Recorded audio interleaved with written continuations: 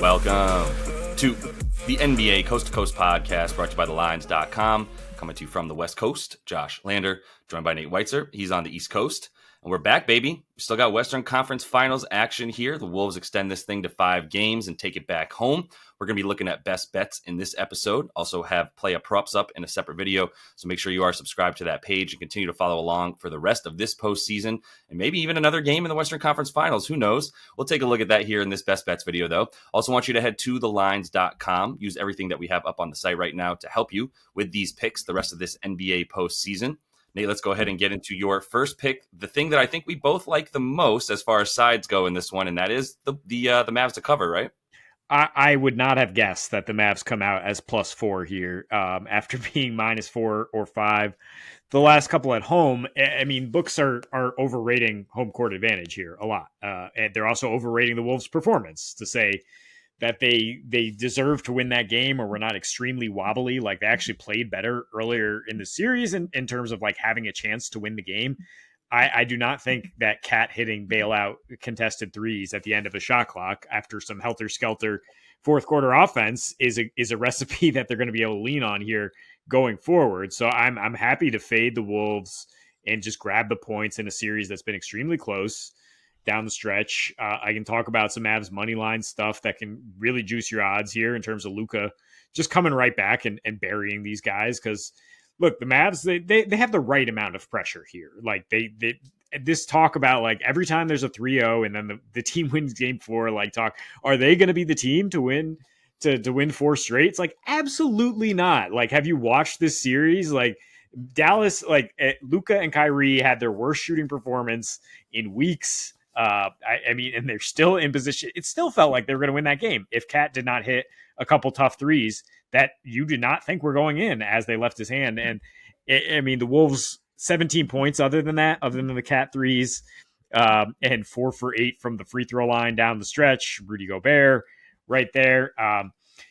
So, I mean, I do think the Wolves come out strong at home. As we talked about, the halftime, full-time stuff didn't come to fruition in Dallas as much because they weren't able. I mean, it was tied last game. Dallas actually played well in the first half, but maybe you get the Wolves to lead at halftime, and then the Mavs, of course, come back and rip their heart out. That would be plus 650 in terms of the halftime, full-time reverse there. I think you can put a quarter unit, a fifth of a unit on that if you want. Or you can consider live betting here. I know there was a point in game 2 where the Mavs were plus 8.5 because the Wolves were playing well in the first half. And it's like, oh yeah, but by the algorithm, Wolves should be able to run away with this one at home. Like they still don't have any answers for Luka. I mean, kudos to the coaching staff for making adjustments 3 games too late and putting not Jaden McDaniels on him, putting Ant, who did a much better job, and some more slow-mo.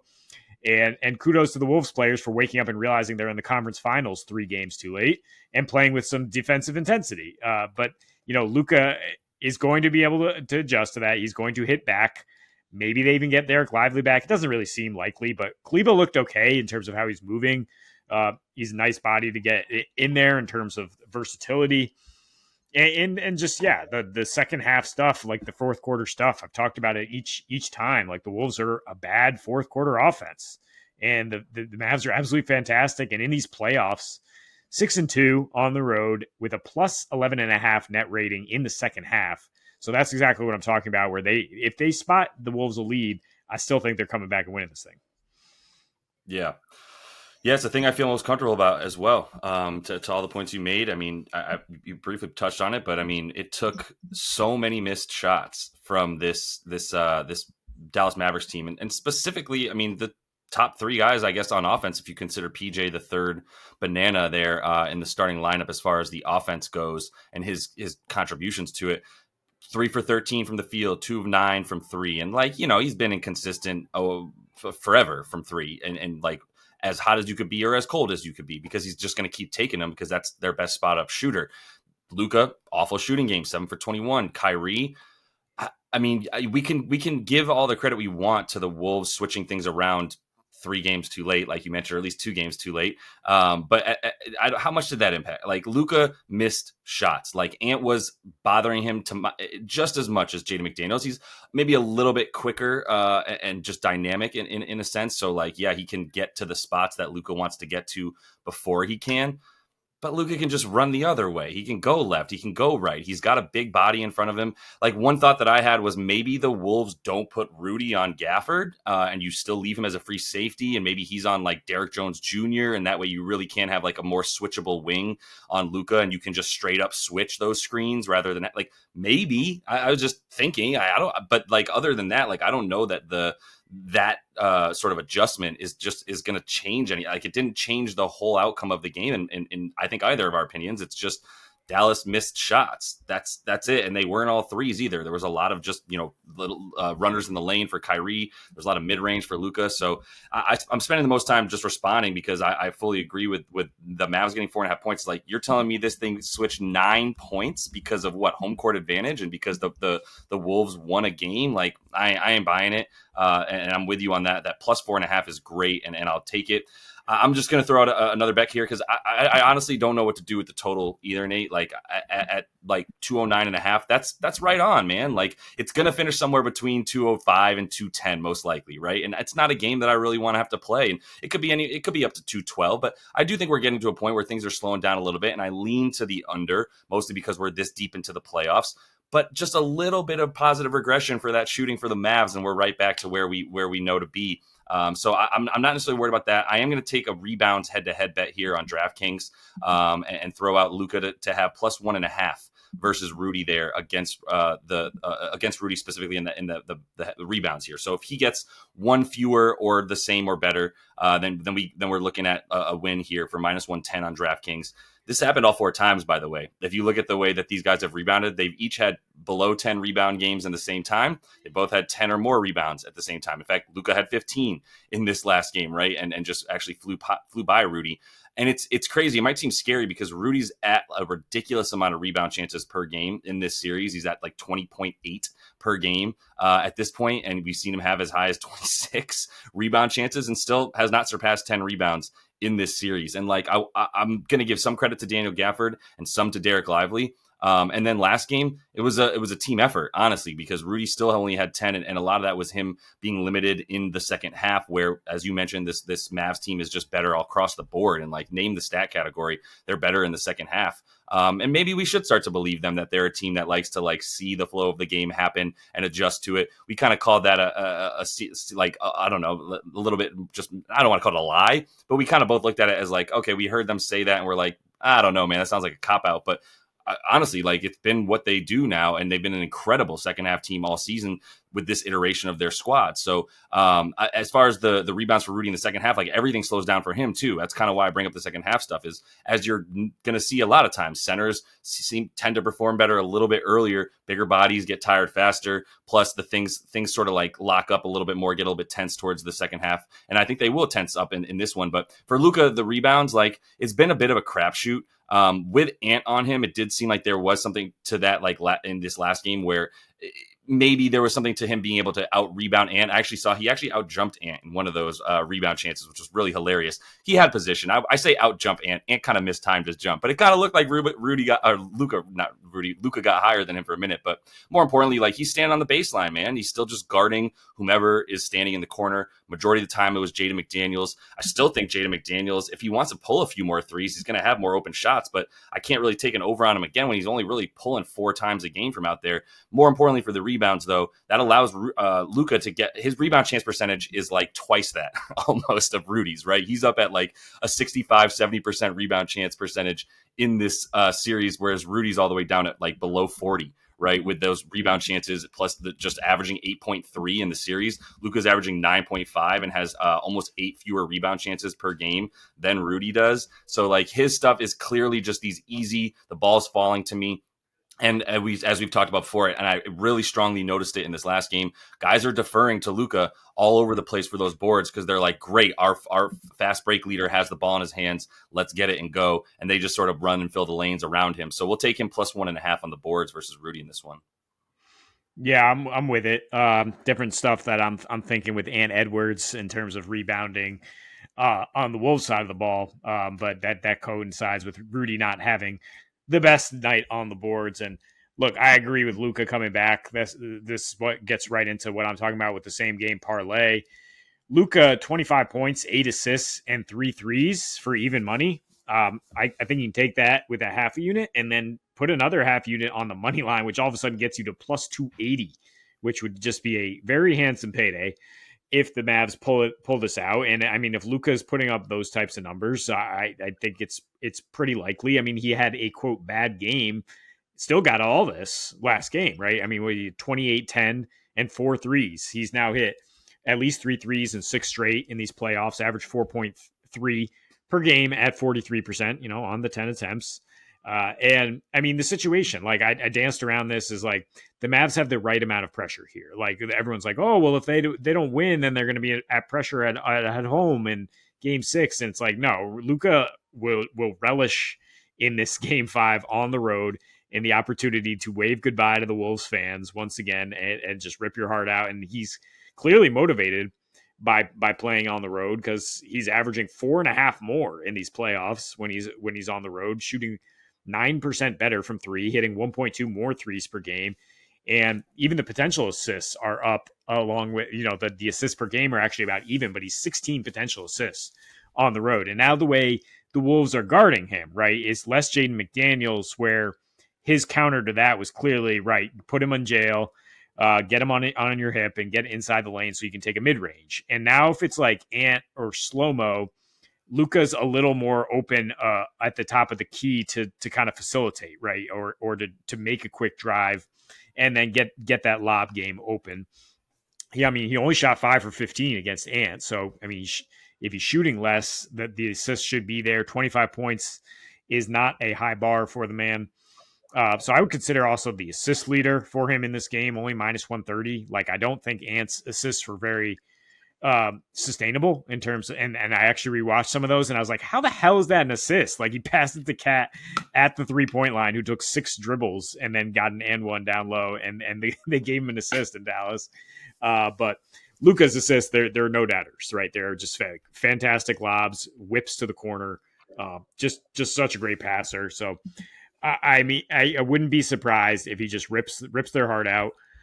So, I mean, you get a little bit of value now for Dallas futures too, including plus 270 for him to win Finals MVP. And if Minnesota happens to win this game, then maybe you want to even hit that again at like plus 300 or more, because I think one way or another, Dallas is winning this series. And then all the stuff I'm talking about where Luka loves to feeds off your hate. Like, here he goes to the Boston Garden for games 1 and 2, where they're all just flowing hate towards him and Kyrie, and we'll see how that motivates him. But yeah, first he's going to take care of business here probably and send Gobert home, who he also hates. To be fair to Luka, like, he might even just not even get that much crap from this Boston. I don't know if Boston fans have enough words and stamina to get at him after they get at Kyrie, because they're going to be all over Kyrie if that's the case. Last year was the year, man, for us to see a 3-0 comeback, and then Jason Tatum got hurt in the first quarter of that game 7 versus Miami, and then ruined it for all of us to be able to see a 3-0 comeback finally. That was it. It was last year. Like, it was a 1 versus 8. It was a better team finally playing well. This ain't it, right? The home court advantage is still there for Minnesota, but I mean, yeah, I can understand if they win, but I don't think they win game 5. That's where we're at. And I agree with a lot of these money line things. This one's a little bit scarier. I'm going to put a half a unit on it, but I get such good plus money that the edge is still slightly there for me to go under on 3.5 turnovers for Luka Doncic. It was at 4.5. It was minus 150. Took it last game. Still loved it. Got 3, so went cleanly under. And it was like, I don't know if I'm going to see this 4.5 number for his turnovers if he goes under again. And the 3 really did it. I think sealed the deal for this game for it to turn into 3.5. But now you get plus 120 or 136 rather on DraftKings for him to go under 3.5 turnovers, something he's done 2 games in a row now. It's still a bit scary with someone who has the ball in his hands that much. But there's a couple things that I still think are working for him. He still is getting rid of the ball a little bit quicker than he was in the regular season. You see them initiating the offense a little bit earlier in the shot clock, which is also somewhat helpful, I think, because there's more options at that point for him to make a good pass and not feel like he's in trouble and on an island, as opposed to like waiting for the shot clock to run down and then he's really just got to force something. So that's been a part of it in this series in general. And plus, like I've mentioned before, when he plays Minnesota, he is a lot less inclined to pass. I mean, all those assists are still coming on very few potential assists for Luka in this series in general, still only at around that like 13, 14 a game. Had a lot last game, and that was very impressive. I actually thought he was more likely to go under last game, but then the shot wasn't falling, and he did throw a few more of those lobs. If he has Derek Lively back in this game, he's got another great lob partner for himself that's been working and has not had very many turnovers off that at all. In fact, if you do go back and look at his turnovers, which I did, they're just dumb, man. I mentioned that last game. They're just boneheaded and they're easily rectified. So even the 3 that he had last game wasn't like he was trying to force a pass right around the basket. It was like he was trying to throw football passes down the field and run a fast break that was just sort of unnecessary and sort has calmed down, has 1 turnover in the second half in the last 3 games. So obviously, like in the first half, when he's sort of coming out a little bit less, I guess, focused or at least a little bit more lackadaisical in the first half, things have definitely been, that's where he's a little bit more dangerous. That's where his turnovers are really coming from. Once he locks in and in the third and fourth quarters, especially when he's just shooting more and taking a few more attempts, then yeah, the turnovers feel a little bit less likely. Ant on him is the last point too. A little bit less likely to get into those passing lanes as opposed to Jaden McDaniels' 10-foot freaking wingspan, right? And a little bit less likely to be sort of looking for that pass and really just wants to keep Luka in front of him and not end up on his hip the way that Jaden McDaniels has ended up there most of the time when he's guarded him. So I think all that comes to fruition and we get a pretty nice plus money bet here for Luka to go under 4 turnovers. Yeah, and it is still available, the under 4.5. I think, according to our odds finder here. I mean, it's minus 150. So this is almost kind of an alt you're playing. But I gave you some shit for saying minus 150 last time, but it came home. So now, yeah, getting a little bit more bold with it, and I'm fine with it because, like I said, I think Luka's going to be very sharp here. Even though his numbers were fantastic last game, he was below his incredible par, and he clearly knew that down the stretch and felt like he let an opportunity to sweep these dudes go away. And I don't think that his pettiness knows any bounds, and that he will be going out there trying to rub their face in the dirt and win this one on the road. And so I think, yeah, fewer turnovers, more assists. Over 8.5 assists is pretty low, honestly. And the other numbers I mentioned. You're making me want to take Luka 40 plus points as well. I kind of want to get into it. This is just a one of these games where I'm like, look, these core props and lines are so sharp right now because there's enough playoff data for the books to work with that I'm like, you know what? What if let's not mess with this. Let's just take a couple really nice plus money bets, some 0.3 units here, half a unit there on some stuff like a Luka 35 plus points and that kind of stuff, and just roll with it. But also, if there is 4.5 available, that became available very recently, right before we started recording because I couldn't find it. And I believe you fully. I actually, just for the record, kind of prefer minus 150 under 4.5. That I feel really comfortable with. Gone under that number every game in this series. I'd be willing to put down, 1.3, 1.5 units, whatever it takes to get close to or a full unit back on my money. I'd rather go that way than even sprinkle on the under 3.5 because he gets 4 pretty consistently against Minnesota, especially. He's gotten it 3 times in his last 7 games against his team. He's had 4 exactly on the turnovers. So I kind of prefer just to go with the safe bet, keep building the bankroll, and then sprinkle some small units on some other stuff for some alt and some extreme stuff to happen in this game. But that is all the time that we have for you, though. So continue to follow along and subscribe to that page. This is Best Bets, but we've got Play a Props up in a separate episode. So until we see you next, happy betting.